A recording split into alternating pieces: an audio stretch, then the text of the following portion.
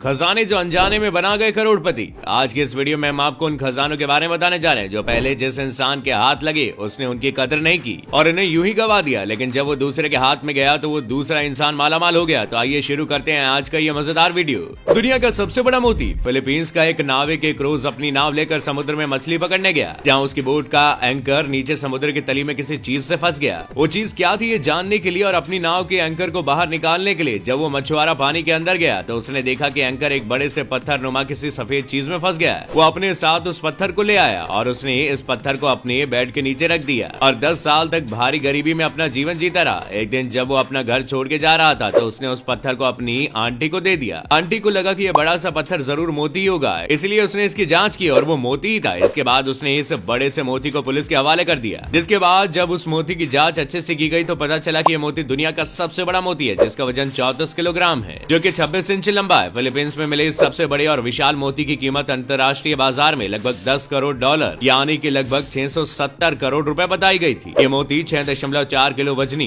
Pearl of अल्लाह से कई गुना बड़ा है। बता दें कि पर्ल ऑफ अल्लाह को अब तक का सबसे बड़ा मोती माना जाता है, जिसकी कीमत 4 करोड़ डॉलर है। इसके बाद उनकी आंटी को इसके लिए काफी बड़ी रकम इनाम के तौर पर दी गई। Uncle Sam diamond. दोस्तों, अगर मैं आपसे कहूं कि इस धरती के एक देश अमेरिका में एक ऐसी जगह है कि वहाँ एक पार्क है जहाँ जाकर आप हीरे पा सकते हैं, तो आपको लगेगा कि हम मजाक कर रहे हैं, लेकिन दोस्तों ये बात बिल्कुल सही है, क्योंकि अमेरिका के इस पार्क में लोग घूमने जाते हैं और वहां जाकर हीरे की खोज करते हैं। और अगर उन्हें पार्क में हीरा मिल जाता है तो हीरा उनका हो जाता है, जिसे बेचकर वो पैसे भी कमा सकते हैं, क्योंकि उस पार्क की जमीन एक बहुत पुराने खत्म हो चुके ज्वालामुखी से बनी है, जिस कारण वहां पर हीरे का पाया जाना आम बात है। लेकिन दोस्तों, इसी पार्क में एक दिन अंकल सैम नाम के एक व्यक्ति पहुंचे और उन्होंने भी लोगों की तरह हीरा खोजना शुरू कर दिया और सहयोग से उन्हें एक हीरा मिल भी गया, जिसके बारे में ये कहा गया कि इस पार्क में ढूंढा गया अब तक का सबसे बड़ा हीरा था। इसके साथ ही जब इसकी अच्छे से जांच की गई तो पता चला कि यह पूरे अमेरिका में मिला सबसे बड़ा हीरा था, जिसकी कीमत 5 करोड़ 65 लाख रुपए थी। ऐसा कहा जाता है कि अब तक उस पार्क से 75,000 लोगों को हीरा मिल चुका है। तो देर ना कीजिए, आप भी इस पार्क जाकर इस लिस्ट में अपना नाम दर्ज करा सकते हैं।